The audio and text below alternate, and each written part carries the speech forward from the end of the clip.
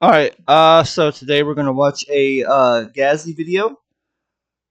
He is if you don't know who he is a minion lover in Path of Exile. Um, I am also a minion lover. The only thing is I do not know much about Path of Exile really at all. Like, he's been playing the game for years, so he's got more insight, more knowledge on how they're gonna work, most likely, and everything. So kind of going in this blind. When it comes to Path of Exile 2, like I said, don't know nothing, but we're gonna watch this video about minions and see what he thinks about it and what his opinions are on upcoming minions. All right, here we go. I arrived at the LA event and Hey guys, Gassy TV here with another Path of Exile 2 video, and in this one we're gonna take a first peek and a first look at my experiences playtesting the Witch and the Minion playstyle archetype in Path of Exile 2. Now, first as I arrived at the LA event and I entered the venue, I was pretty excited. I was looking forward to playing the couch co-op and playtesting the game with my friend, and I walked up to Jonathan and said, "Hi, how you doing? You look A lucky bastard, he got to walk up to Jonathan and say hi. Oh my goodness. I'm sure that's a memory he'll always cherish. looks me dead in the eyes and says, "Yeah, a little surprise for you," points at the monitor. I turn around and I see the Witch, and my face just went, and then it just went crazy with it. I already don't like this guy now. I don't like him at all. He got to play this stuff before I do, man. Why didn't I get invited? Got to play the minion before I did. Come on. I didn't even know what happened from that point till where I was sitting down actually playing it. I was so excited to actually playtest the Witch itself and the minions, and I was a little bit concerned because I don't know that the playstyle of minions in PoE 1, most of the builds are actually very active already, and the main goal that they have with the combat fields in Path of Exile 2 is to provide an engaging and active gameplay. So I was always asking them, how are you going to achieve this? Let's crack into it. Let's look at what I found out. Now, after playtesting it, I am more than satisfied with the results. And Jonathan himself told me that this class was literally the hardest one to find a way to make it feel good, and it did just that. Feel good. I'd go as far as to say that despite only having experienced the early stages of the campaign, it felt amazing. Even It felt pretty good, huh? Okay. Well, I guess to be fair, like most minion kind of stuff do kind of feel good. At least in Diablo 4, for me, the minions felt good at the beginning, but once you got into the higher level stuff, they started falling off really bad. Like, really bad. The scaling for them was terrible. Um, they were basically useless to a certain point. I wasn't feeling it.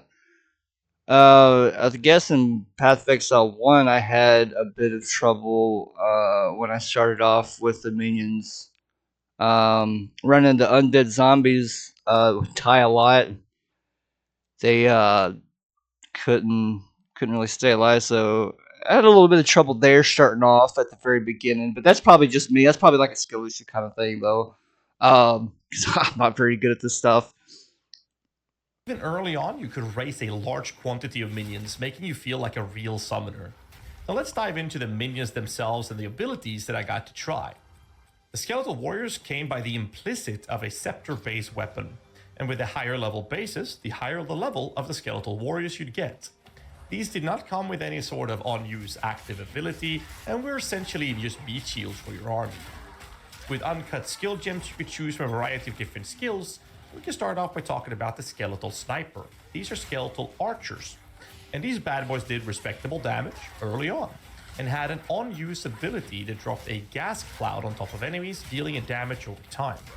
Obviously, as you might have known from previous videos on Path of Exile 2, this gas cloud could be used in conjunction with fire-based abilities to explode the entire cloud, or either by yourself or with the help of a party member.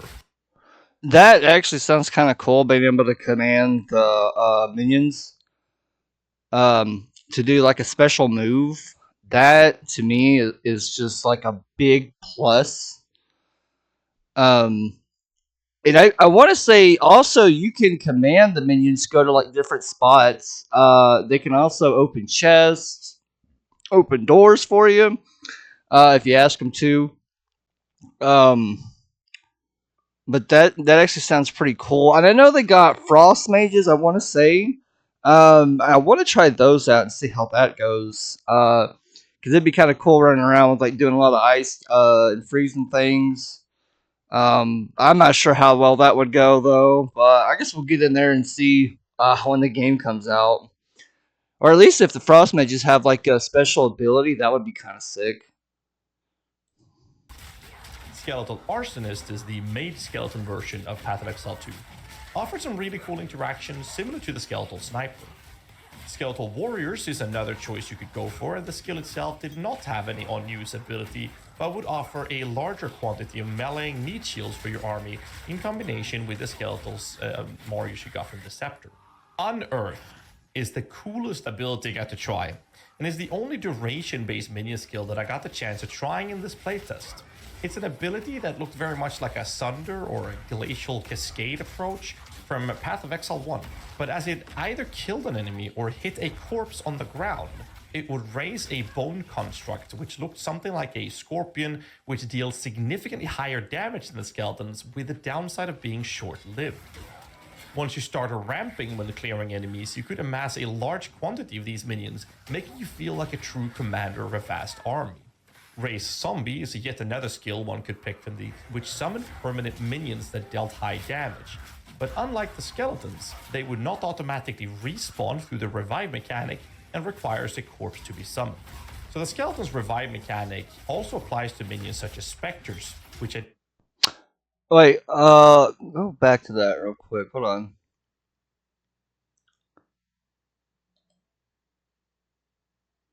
So the Ray zombie, it says duration, but it doesn't have a duration thing on it. Well, what does that mean? The way he's talking makes it sound like you can just like raise them and then they're there forever, and if they go down, then they don't automatically respawn. They're just there. They're mostly permanent while they're up. They don't have a duration like the skeletal constructs or whatever. So I don't understand. Yeah, I guess hopefully he'll explain. That's what it sounded like to me. permanent minions that dealt high damage. But unlike the skeletons, they would not automatically respawn through the revive mechanic and requires a corpse to be summoned. So the skeleton's revive mechanic also applies to minions such as specters, which I did not, sadly, have a chance to try. This mechanic makes your minions heal to full after not taking damage for a short time. It also starts a timer, which during the playtest was a 6-second window when one of your revivable minions died. Once that 6-second window hit, every single minion that was dead that could be revived or affected by this mechanic will now all be resummoned with full health, ready to fight, without costing any mana or requiring any casting. That's kind of sick. That is pretty sick. Being able to just have them automatically come back up, not having to worry about spamming resurrections and stuff like that. Kind of trying to keep them up. And I think that lets you focus on like more other stuff, such as the duration based minions. If you want to do that, being able to place down like buffs and stuff. It mostly lets you focus on other stuff other than like constantly trying to raise them and like worry about that part. So I think that's pretty good. And they're just kind of there, like they're just like, hey, they came back and we're in the middle of a fight. Let's go. I think that's pretty nice. Do keep in mind though that if any other revivable minion died during this window, that timer would then reset and you'd have to wait for another 6 seconds. There are plenty of mechanics working in synergy with this, such as the new offering skills, which instead of consuming corpses, which it does in Path of Exile 1, it will essentially consume a skeleton, impaling it and turning it into a radius-based stationary aura totem, if you will. Other cool synergies the minions work with is chaos oriented, which is something I'm very happy to hear. The new versions of both Contagion and Essence Drain allows you to ramp up the damage per enemy the dot has spread to.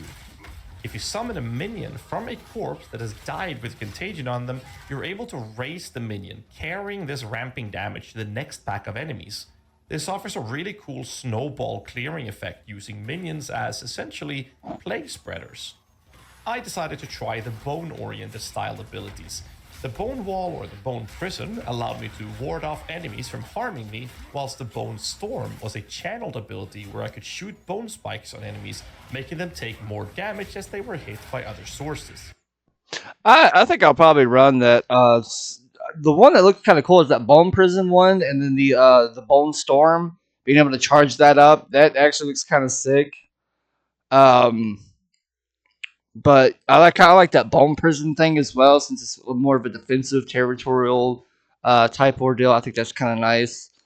Um, I'll probably try either one of those two out and stick with those for a bit, and unless I find something else that looks pretty interesting. And the longer I channeled, the more spikes I would shoot. The Bone Storm itself could also consume power charges for a boosted effect. To combine this, I decided to play with a Profane Ritual.